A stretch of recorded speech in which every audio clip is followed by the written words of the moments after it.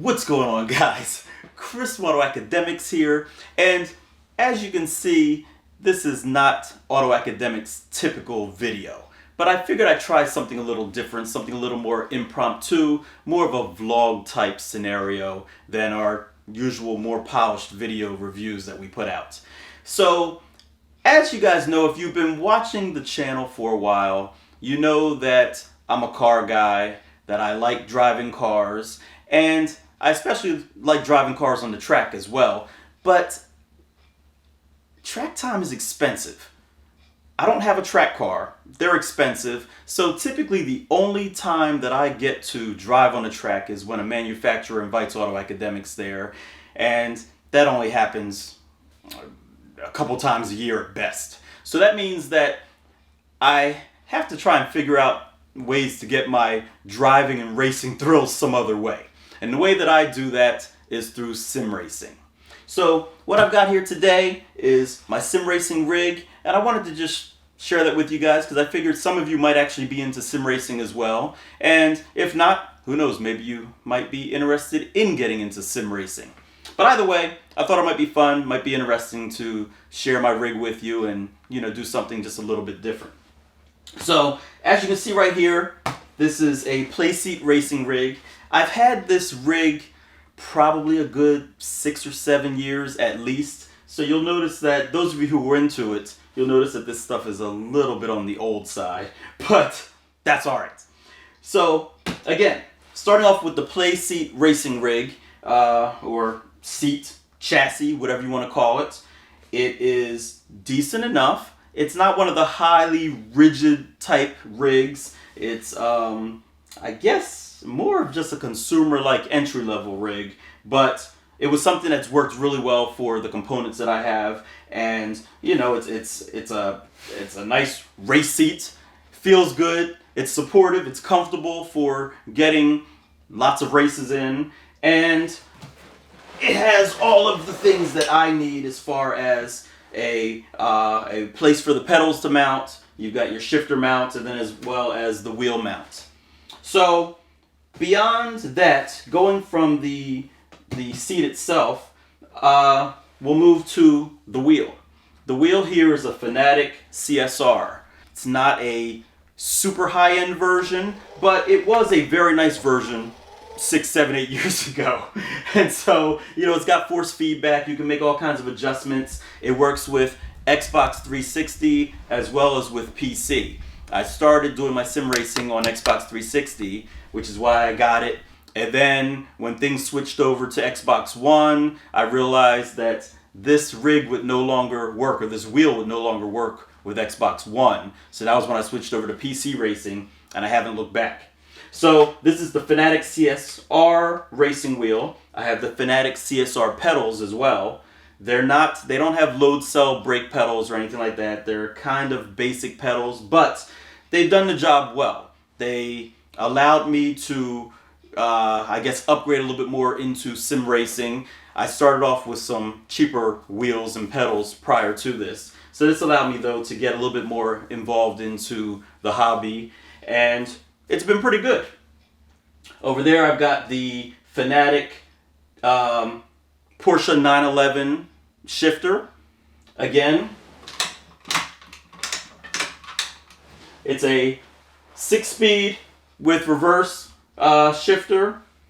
Nothing super special, but it does help with the immersion of the racing. So, all of this stuff, it's not a super rigid rig, but it's been pretty cool. It's worked well, and I've been happy with it.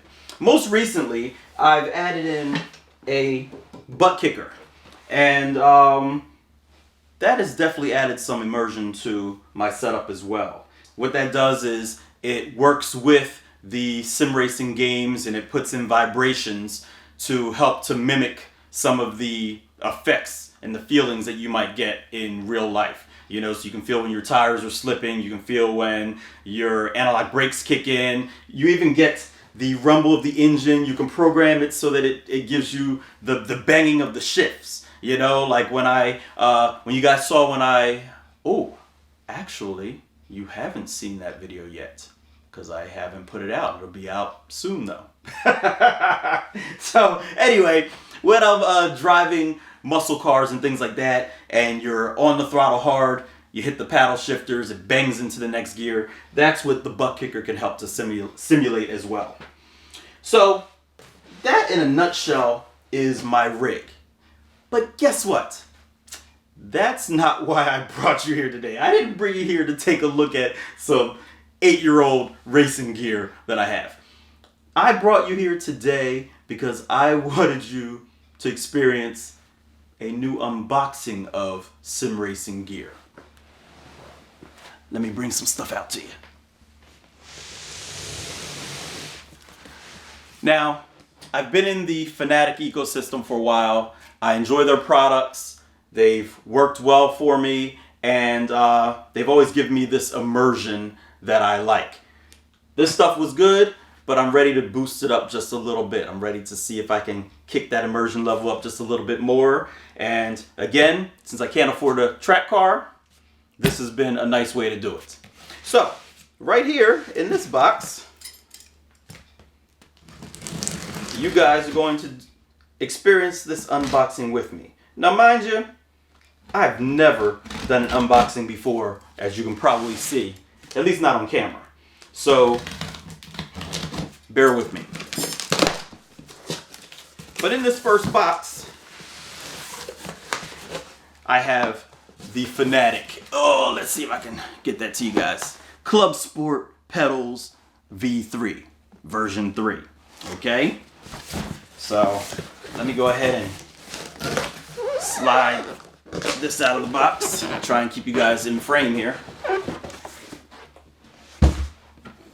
Oh yeah. I'm kind of excited. So these pedals here, you know, again, they're a serious upgrade compared to what I've been working with. They have a load cell brake pedal, and while I've watched a ton of videos on it, I don't know, I can't really explain a ton about them just yet, personally, because I've never ever driven with them before. I've never experienced them. So all I can do is just share the unboxing with you guys right now. If you guys like videos like this, maybe I can add a little more, do another video later once I get the rig set up. But that's the first step there. Next, I've got this box.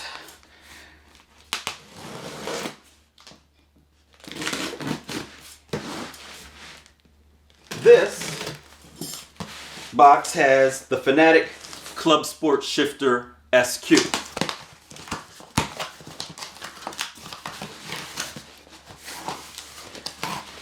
And so what this is a much more improved shifter than that 911 shifter that I've been using for the past 6, 7, 8 years. This shifter here is more robust. It switches between I believe a 7-speed.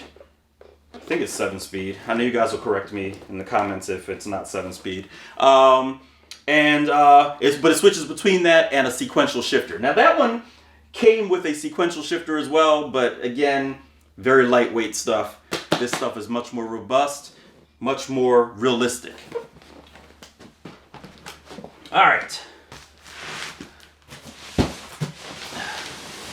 Now, for those of you who may not know much about Fanatec, their wheels, or their wheel bases, they now you can interchange the steering wheel that mounts on the wheel base. So they've got a full lineup of different wheel bases, and well, they've got a ton of steering wheels that you can switch off and on them. And so this is the wheel that I got. I admit I picked this wheel out because all this gear is kind of pricey, and I was trying to keep the price somewhat in reason. So this wheel is a little less expensive than some of the others, yet it still has all the features on it that I wanted. And so this is the, oh gosh, there we go. This is the BMW M3 GT2 Club Sport wheel. It's got a quick release system, so you can easily take the wheel on and off of the base and swap it out with another one depending on what kind of racing you're doing. And the wheel has an Alcantara covering on the wheel, or on the rim of the wheel, as well as all of your programmable buttons, LED screen, and even some LED lighting for rev meters and things like that. Okay? Last but not least, this part here is the one area where, well, I went for it. So I saved the best for last, literally. In this box, and this is probably what I'm most excited about, I have done a ton of research on these. They offer the most immersion when it comes to sim racing. I got the Fanatec DD1 direct drive wheel. Oh my gosh, this thing's heavy. Now, I know some of you guys who know about this stuff are probably saying, Chris, you're out of your mind. That is not going to work on that playseat racing rig. I don't know. I'm going to try it. I'm going to see. I've seen a video or two where people have actually mounted them to those rigs. If it works, it does. If it doesn't, well, I'll be putting out a whole lot of more YouTube videos to try and gather some money together so I can upgrade my racing rig itself. But anyway, here is the box. It is the Podium Wheelbase DD1. Oh, let's move it up to you. It is heavy, but it's pretty sweet. And so I am pretty excited about this. I'm not going to take everything out of the box right now. I'm just going to leave it just like this. Again, if you guys have interest in this, let me know in the comments section. Hopefully it'll show on the views, and I'll make another one. I'll show you guys what this stuff actually looks like outside of the box, and what it's like on the rig, and see how it works. Alright, so hopefully you guys like this video. Again, it was just something a little different. I've never really done a vlog before, so I figured I would give it a try. Something that's impromptu, something that's off the top of my head, but also something that I'm interested in and that I hope some of you guys are interested in as well. Sim racing. So, oh, mind you, none of this stuff is sponsored. Fanatec did not send me anything. I used my hard-earned money on this. So, you know, this is all my own personal purchase, which means that everything that you hear from me about it is going to be my own thoughts. Nobody's telling me what to do or what to say. All right? So, hopefully you guys enjoyed this video. I'm going to wrap it up now. Yeah, that's about it. Don't forget to like and subscribe. Don't forget to share it. Don't forget to hit that ring notification if you haven't done that yet, so that you know when we post new videos. All right, I'm rambling. Chris from AutoAcademics. Thanks for watching. Oh, I guess I have to turn the camera off myself too. Peace.